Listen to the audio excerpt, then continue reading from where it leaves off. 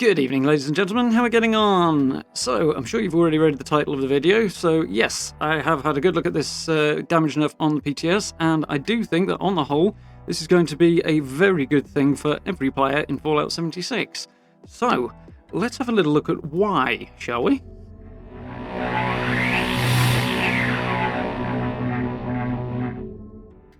So, as I'm sure you guys are well aware, there's a lot of talk about the damage nerf that's currently on the PTS around the Fallout 76 water cooler at the moment, and unsurprisingly, a lot of people are rather unhappy about it.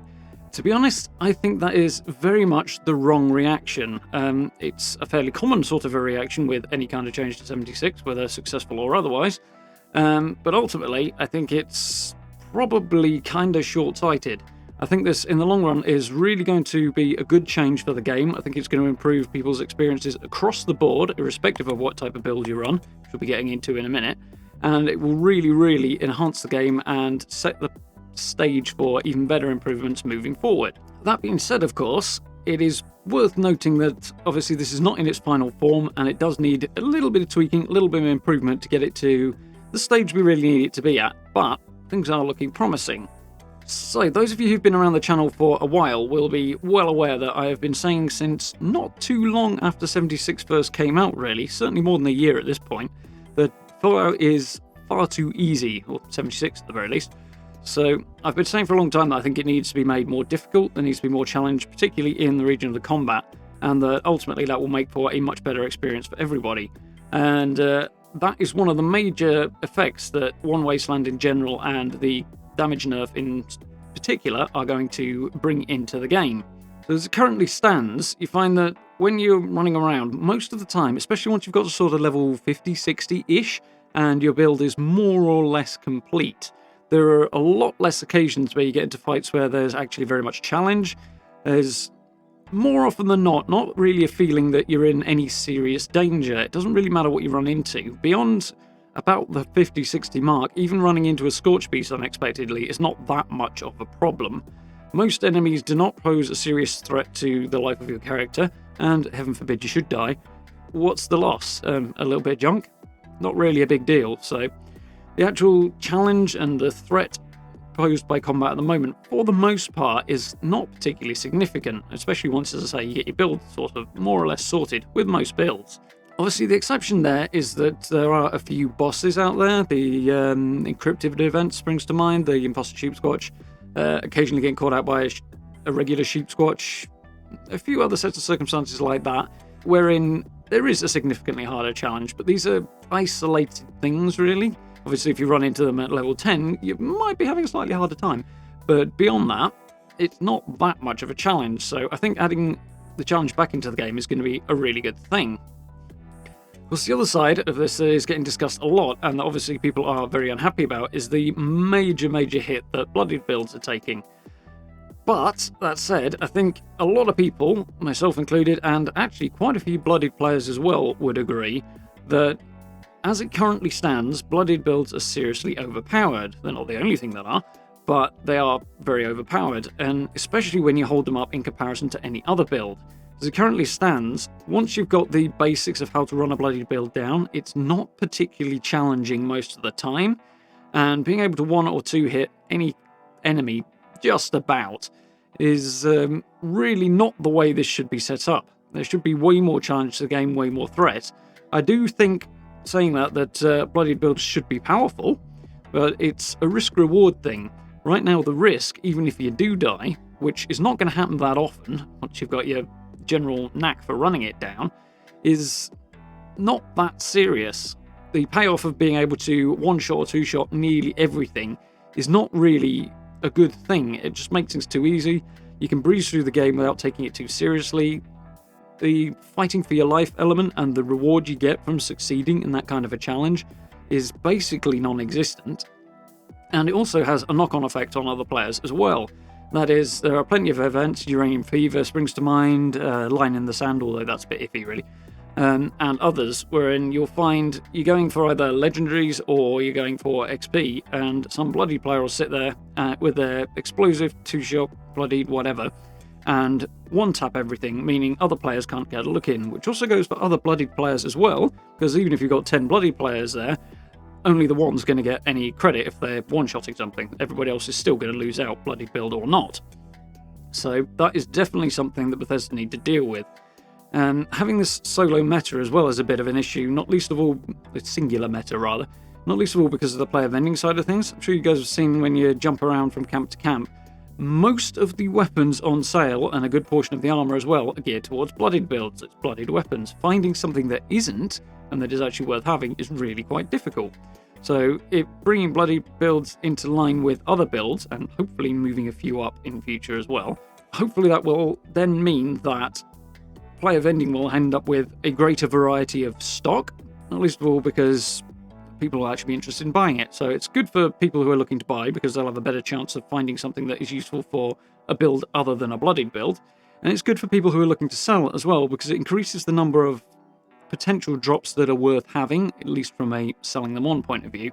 So you benefit by having more things to sell and you're discarding less. So ultimately, good for everybody. So the other side, of course, to what I've been saying here with with the builds that are too strong is that certain builds in the game at the moment, if you look at, say, pistol builds or submachine gun builds, definitely seen that one myself, or, say, automatic rifle builds that are not bloodied, they're really quite underpowered, and there's some element of that with laser weaponry as well, or just energy weapons. So hopefully, bringing bloodied down and with any luck bringing those up a little bit should make more things more viable. So there are exceptions where the challenge does remain in the game, but for a lot of builds, and certainly a lot of builds that I have run, even without playing bloodied, that challenge is just not a big issue. So I really do think that this is going to be good in that regard. It's going to be a positive change there. So what basically is going on with this change? What's it doing? Obviously, there are a number of videos out there covering this topic in a lot more detail. There are some people who've done a great deal of research, and it is very, very impressive. So if you really want a deep dive into that, I should say check those guys out, and girls, to be fair, because there's some really good stuff out there, and I'm not going to go into analysing all of that stuff like that. That's not really what I'm aiming for with this video. So the general gist of how it's working is that as things currently stand, when you stack damage multipliers, they basically multiply each other, funnily enough.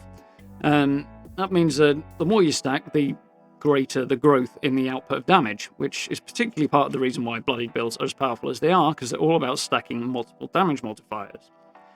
What this update is aiming to do is not so much change the base damage of things, although there are a couple of little tweaks in there as well, but it changes the way multipliers work together so that they're more additive rather than multiplying, which basically means, the difference between 10 plus 10 versus 10 times 10, hence why there is a massive chop.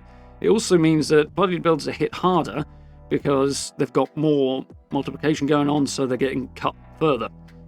So basically, those who are not will be nerfed, but those who have got more multipliers on will be hit harder. But the end result of that is a kind of compression effect. It brings the builds closer together, which means there is a greater range of viable builds and sort of more equality between builds, which basically means that if you want to try something other than that and you want to get away from the meta, you can go and do that without feeling like you're suddenly seriously underpowered. You will feel a cut still, because bloody builds still are going to be powerful, but you'll be able to swap things out. So I think that's really good from a replayability standpoint, especially as I'm sure we're well aware, Bethesda aren't able to get out big new content beats every 5 minutes. These things take time to develop. There's all the art stuff, the coding, planning out the stories, getting voice actors into voice new lines, all that stuff. So these things take time. So obviously there's a bit of downtime once you've run through it. Having alternate builds that are viable will give you an opportunity to try the same content again from a different perspective and with a different playstyle, and change the nature of the challenge a bit, which is good, and increasing that effect is definitely going to be good for the longevity of the game, and it'll help keep you busy in between those big content beats. Certainly something that I enjoy. It's one of the reasons I have a number of different character styles, character builds, so that I can do things differently and it still stays fresher for longer. So in a day-to-day kind of a sense, as I say, I've not had a vast amount of time to tackle the test server at the moment, but I've had a little bit of time, and I've gone in there with a couple of my builds and tried out a few of the areas that I regularly visit on the live servers. So we're looking at like Westec and Fort Defiance, places like that. The places I visit a lot, so I'm pretty familiar with how they work, how the run goes through them. So I haven't tried out daily ops or anything like that yet. But in terms of just the change to the damage output, it's noticeable. But as you run through, you find that, particularly with my sniper character, which is my building guy, I went through both those locations and some others as well with my Instigating Gauss sniper rifle, and to be honest, the difference wasn't that huge. It still felt solid. If you hit those sneak attack headshots, you are still popping heads like nobody's business. I was still doing significant damage with body shots and no sneak attack, and sneak attack headshots were still just as effective, even though there is a noticeable drop in the amount of damage output generally. Like, the effect of it is minimal, which is fine because that's not a particularly overpowered build as it is. Switching over to my heavy weapons build, who is running around with power armor and a Gatling laser, which is an anti-armor one. That was a bit more of a noticeable change, and I actually really kind of enjoyed that. Previously, I'd be able to just more or less plow through, mow things down without too much difficulty, and that was fine, but kind of repetitive after a while. Now it takes longer and more concentration to finish off enemies, and it gives those enemies more time to get in and swarm you and do damage to you. So, as I said before, the threat level basically goes up in combat, which is fun. It means you have to pay more attention to what you're doing, it's more challenging, and in a somewhat anecdotal sense, it feels good. Like, the combat balance feels a lot more solid at the moment, like one would expect it to. You know, it's a post-apocalyptic world, everything out there wants a piece of you, and it's not friendly. You should feel like when something is coming to try and kill you, it's trying to kill you, and that you're in trouble. You definitely do with the changes that come in with one Wasteland, or at least as it currently is. So I'm really kind of enjoying that. It feels a lot more satisfying and a lot more threatening, which is really, really cool.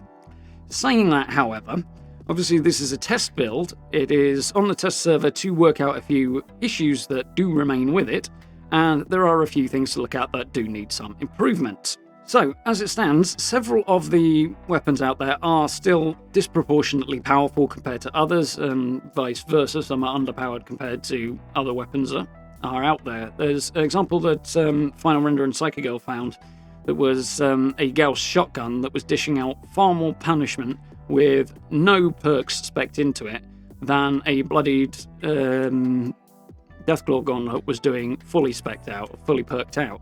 So those two next to each other were completely the wrong way around, or so you'd think. There is a question in there of DPS. If you got double damage on the shotgun, for example, to the Deathclaw Gauntlet, but you can only fire the shotgun once to every 2 hits of the Deathclaw Gauntlet, then in terms of its DPS, that would still be relatively balanced. So how much that is a thing, I'm not really sure. Hopefully that's something Bethesda are keeping an eye on and looking at. It would seem to make sense, seeing as it's a balance change. That's the sort of thing they should be looking at. So things like that are still an issue. You've got some things that are going to be underpowered. Like I said, pistols, submachine guns, automatic rifles, just name 3 off the top of my head. They're still going to be a little underpowered compared to some other things that are more powerful. So there's still some work to be done there. But obviously, it's a test build. This is only the first iteration of the test build. So they're getting feedback. They're trying to get as much information as possible so that they can work this stuff out. It's also a starting point from the perspective that future changes going forward are something Bethesda are bearing in mind. It's the communication on the subject has been a bit limited, but what they have said is that this is designed to be much more stable base to make future changes from, so that they can continue to get that balance right over time. So in that sense, that's a good thing. And being able to improve on things, if they spot something, say, right, that thing, whatever, that weapon, that circumstance is not right, they can more easily adjust that specific thing. Or at least that's what they're working towards. So that is definitely a good thing as well. As I say, it does mean things are going to be changing over time. This is not a hard and fast build. This is not what we are getting. There will be subsequent changes. So one other issue that's coming up here, obviously, is that everything is getting a little shift down. In some cases, that seems to be bigger than others, and in some cases, it's more impactful than others. One of those areas being energy weapons, particularly laser rifles, plasma rifles, that sort of thing. Obviously, Bethesda have already acknowledged in the past that those are not as effective as they should be in comparison to other weapons, and there's work to be done on that. Whether or not they're still working on that, because they have made some changes in the past, I'm not entirely sure. But bringing this down is probably a step in the wrong direction. And again, the sort of weapons I was mentioning before is probably another area where bringing down that damage output is maybe not the best thing. So obviously this is something that does need a little bit of work, and hopefully the feedback they'll be getting and the data they'll be getting from the back end of the servers will hopefully indicate that there are changes to be made here, and they'll work on that over time. And of course, because everything is shifting down, obviously the high damage builds are going to be brought more into line than everything else, which is, in general, that's the right thing, because the compression effect I was talking about before is kind of the right goal, bringing everything closer so that you've got more viable alternatives, more options, in short, is definitely a good thing. But some of those weaker builds, as say the pistols, the SMGs, things like that, those are also going to get weaker, just because the damage output will drop. So there's definitely some specific adjustments need to be made to things like that. But then again, this is also why we have the test servers, so we can give them this kind of feedback, so we can get their information into their hands, so they say, okay, this needs lifting, that needs pulling down, yada yada yada, at least as far as the balance goes. So I think we can reasonably expect that Bethesda will be working on this over time. So I think as time goes on, we're going to see more alternative builds becoming more viable, which will be good for the game, I think. It's definitely a positive change. As I say, more replayability, more alternatives, more roleplay options, because you can build your character around a specific style without being completely underpowered. So there's a couple of other things I did want to address. One of those being that, obviously, I know a lot of people feel that they've put a lot of time into things like bloodied builds and those higher power builds, and now they feel like they're somewhat wasted because they're getting nerfed. I don't really think that's the case. Obviously, they're not going to be as powerful as they were, but they are still going to remain powerful. They're going to be the same interesting kind of build to run, but the challenge and the excitement of running them will be increased, I think, if this goes the way it seems to be going right now.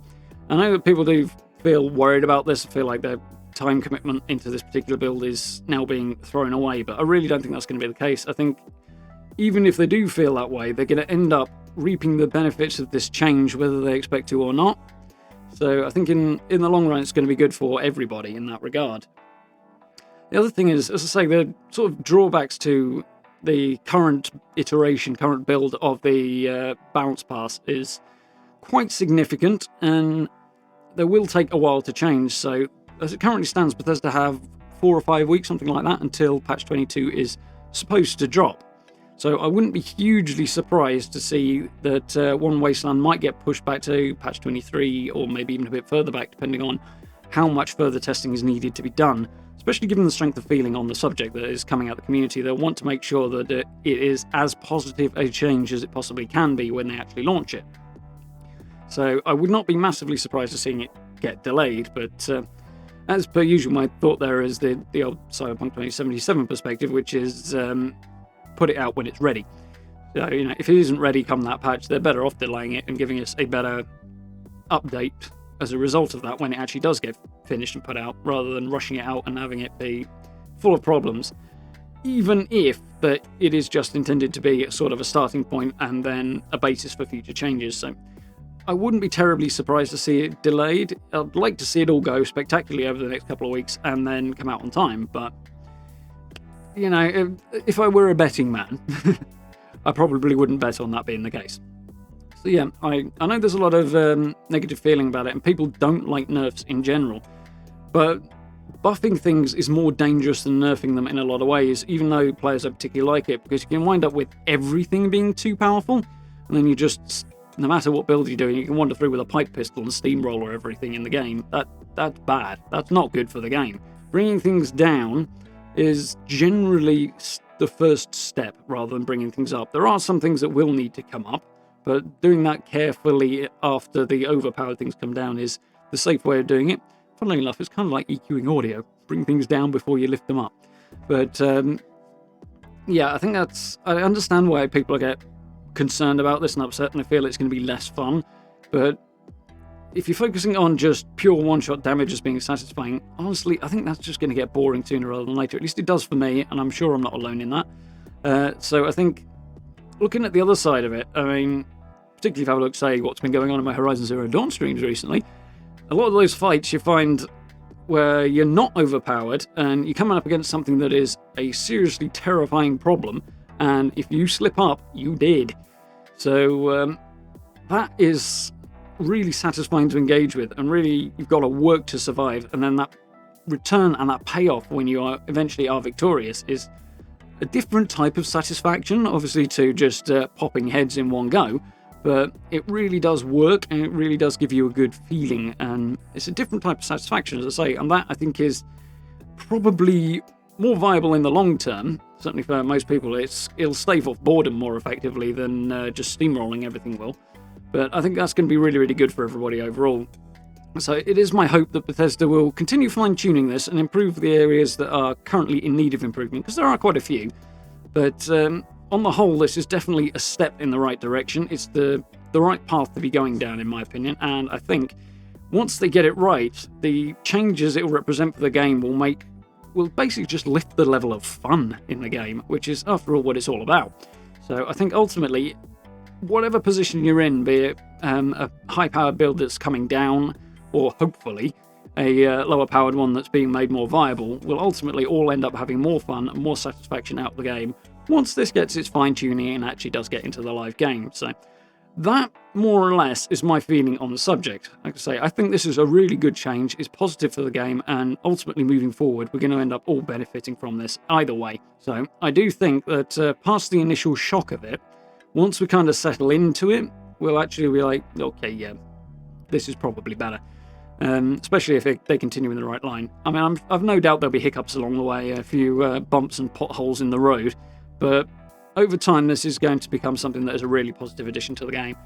So thank you all for listening. I do hope you've enjoyed this. Do hope this has given a little bit of a different point of view on things and a little different perspective. And hopefully a few people feeling a little more optimistic than they were a few minutes ago. So at least I hope that's the goal, so hopefully that'll be the case. But I will say for now, thank you very much for watching. I do hope you did enjoy this. If you did, please do hit like and subs for me. It's very, very much appreciated. Social media links, merch store, and channel memberships are all available via the description. If you want to check out those and support the channel that way, it is humongously appreciated.